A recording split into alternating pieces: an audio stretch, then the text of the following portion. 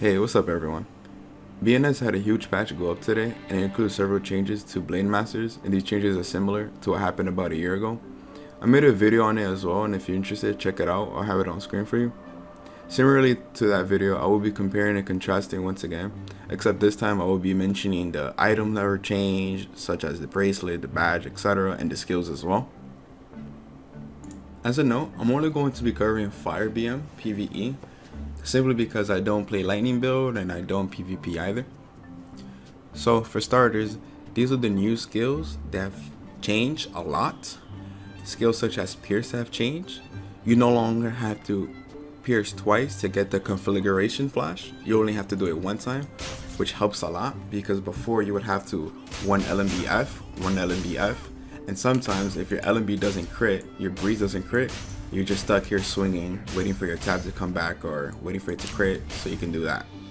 But now you can just RMB F. You can one RMB F, and that might be better. I have to do a little bit more testing, but when I find out, I'll let you know. Another change is Searing Slash. This skill has gotten buff.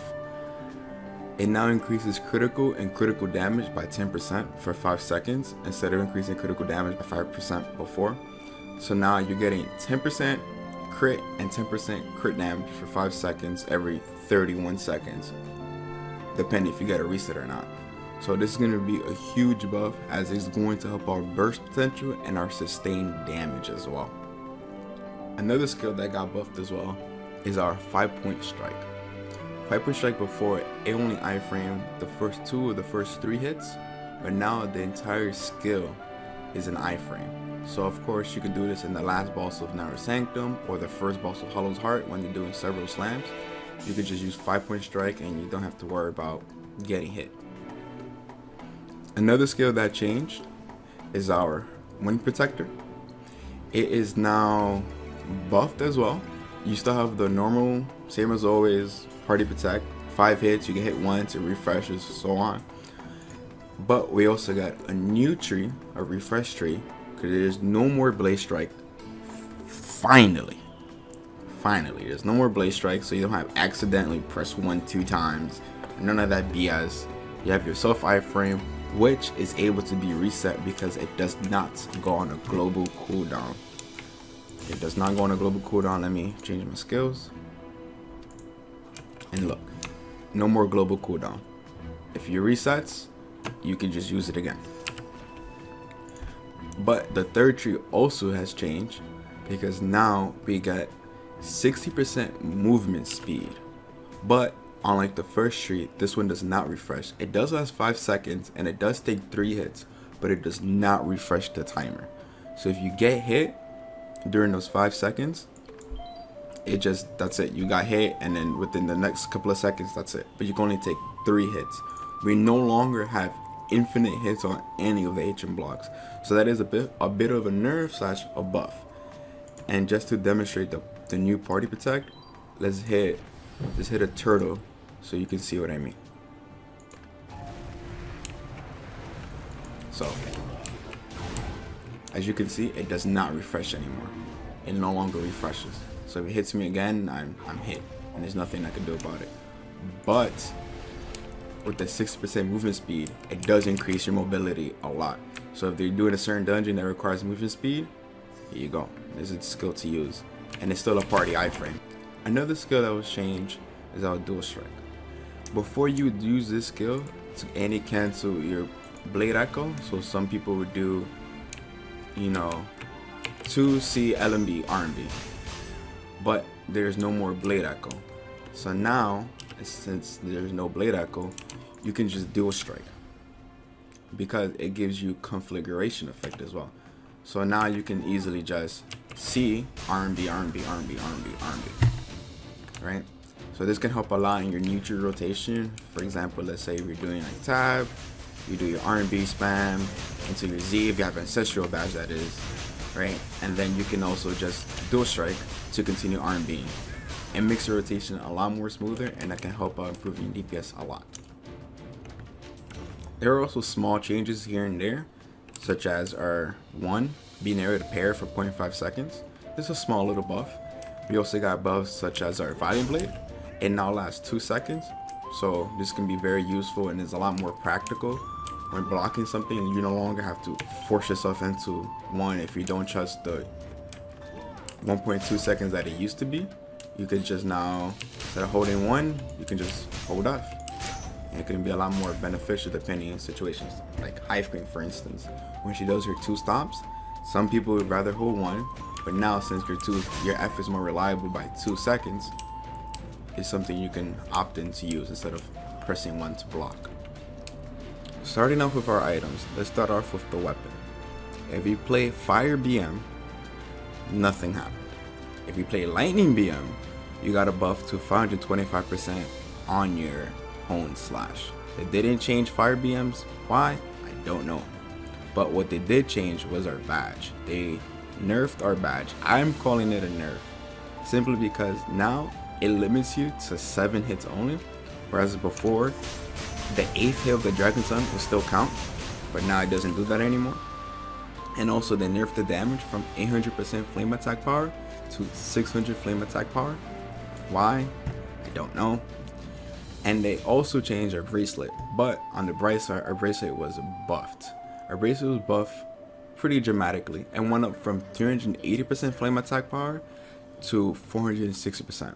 So that's a pretty big deal, right? They buffed our bracelet, they nerfed our badge.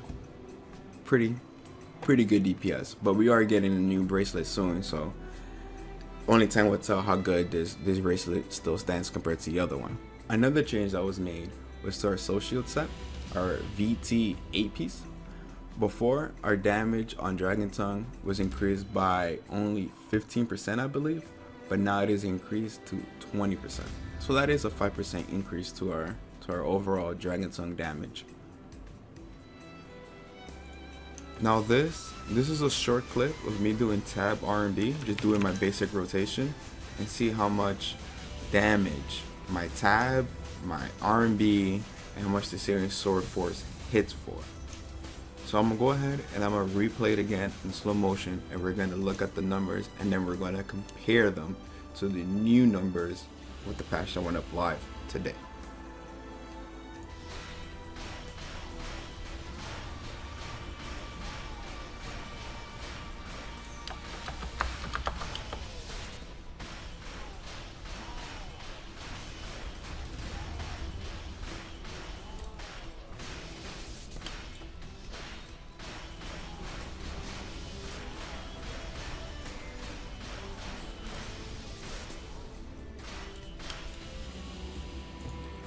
Now this is a clip of me doing a rotation today in the live patch notes with all the changes to Dragon Tongue, Searing Sword Force, the Soul Shields, and etc. And I'm going to go ahead and play this again in slow motion so we can compare and contrast which one is doing more damage and which one is doing less DPS, which one's better, which one is not.